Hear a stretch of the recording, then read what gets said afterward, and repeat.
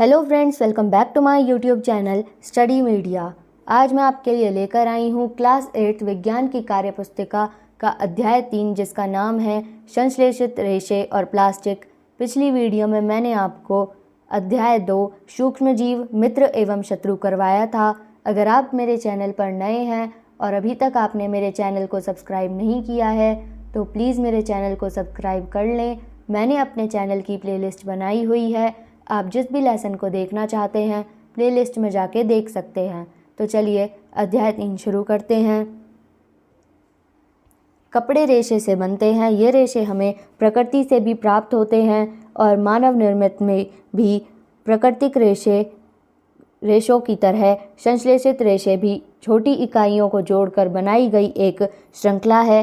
प्रश्न 1, नीचे कुछ वस्त्रों के नाम दिए गए हैं, इन्हें प्राकृतिक व कृत्रिम रेशों के आधार पर छांटकर सारणी में लिखो। धागा, रेशमी साड़ी, बोरी, रुई, कंबल, चादर, नायलॉन की रस्सी, ब्रश, जुराबें, तंबू, पर्दे, कालीन, पैराशूट, सूती साड़ी, टेरेलिन की शर्ट, खिलौना, कंघियाँ, स्वेटर, शॉल, खादी, मलमल।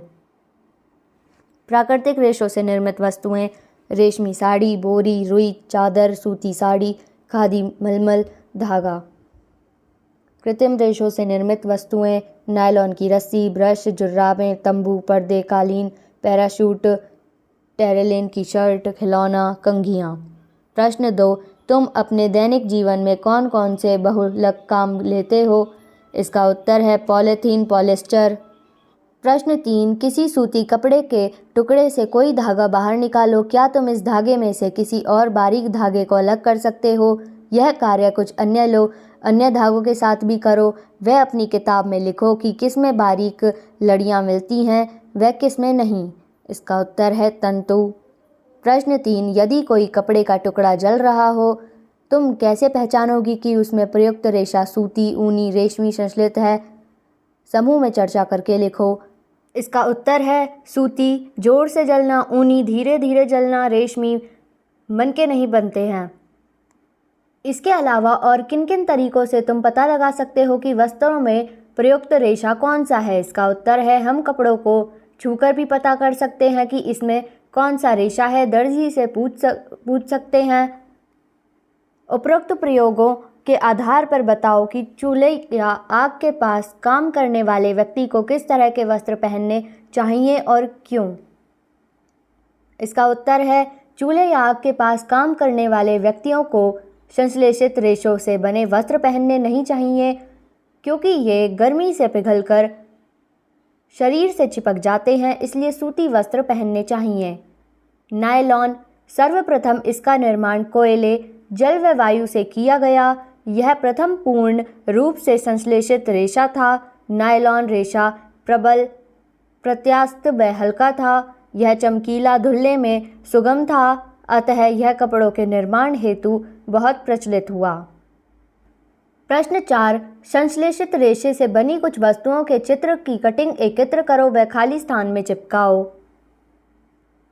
पैराशूट, कंघी, ब्रश, ऊन। ये वस्तुएं किस प्रकार के रेशे से बनी हैं? लिखो। इसका उत्तर है स्वेटर, आर्लॉन, पर्दे, नायलॉन, ब्रश, संश्लेषित रेशे, नायलॉन, पैराशूट, संश्लेषित रेशे, नायलॉन। प्रश्न 5, जब तुम्हारी मम्मी घर के कपड़े धोकर सुखाती है तो उनके सूखने की प्रक्रिया को देखो कि कौन से कपड़े जल्दी सूखे व कौन से देर से। ऐसा क्यों हुआ? इसका उत्तर है संश्लेषित नायलॉन, रेयॉन, पॉलिस्टर जल्दी सूख जाते हैं। ऊनी व सूती कपड़े देर से सूखते हैं क्योंकि संश्लेषित रेशे पानी नहीं सोखते हैं। पॉलिस्टर और एक्रेलिक। पॉलिस्टर एक अन्य संश्लेषित रेशा है। इनमें सलवटें नहीं पड़ती हैं, सरलतापूर्वक धुल जाता है। टेरेलिन एक लोकप्रिय पॉलिस्टर है।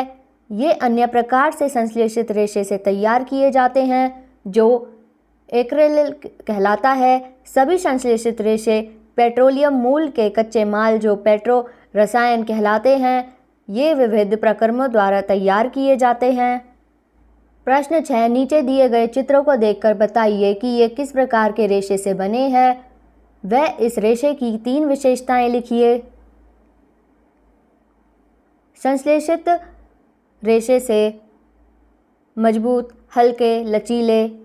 प्रश्न 7। सर्दी के मौसम शुरू होने पर हर्ष ने गर्म कपड़ों का बक्सा खोलकर देखा।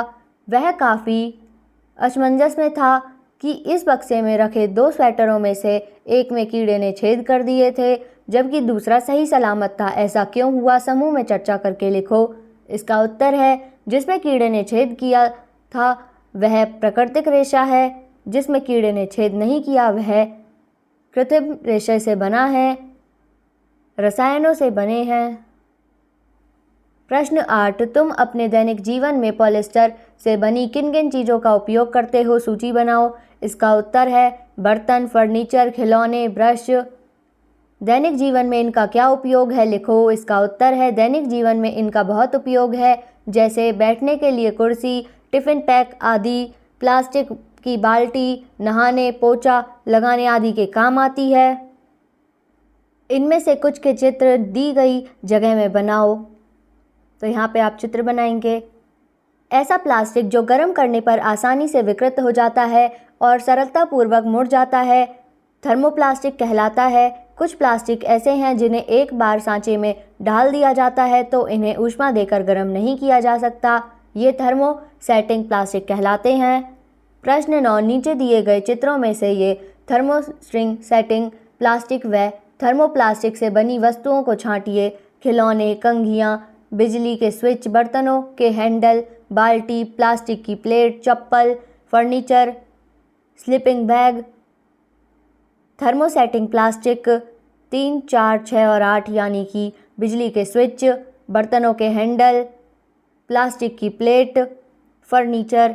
थर्मोप्लास्टिक खिलौने, कंघियाँ, बाल्टी, चप्पल, स्लीपिंग बैग।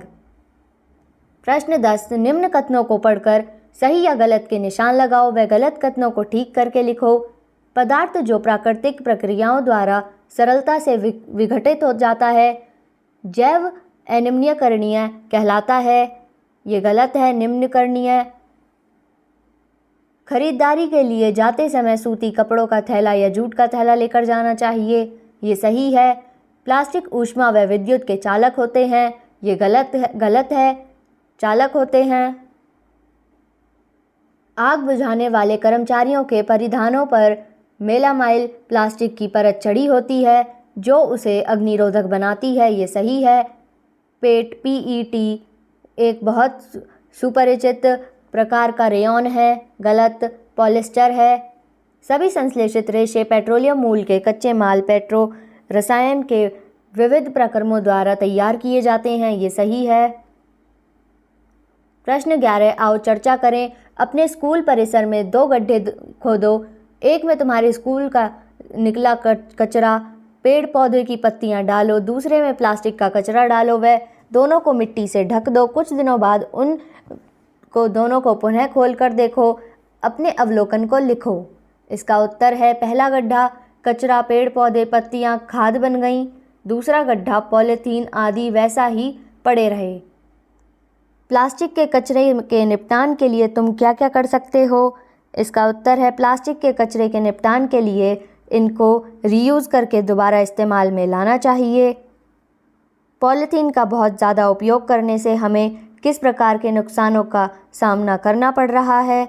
इसका उत्तर है पर्यावरण प्रदूषण होता है, क्योंकि पॉलीथीन समाप्त नहीं होती है, जिस कारण जल तथा भूमि प्रदूषण होता है।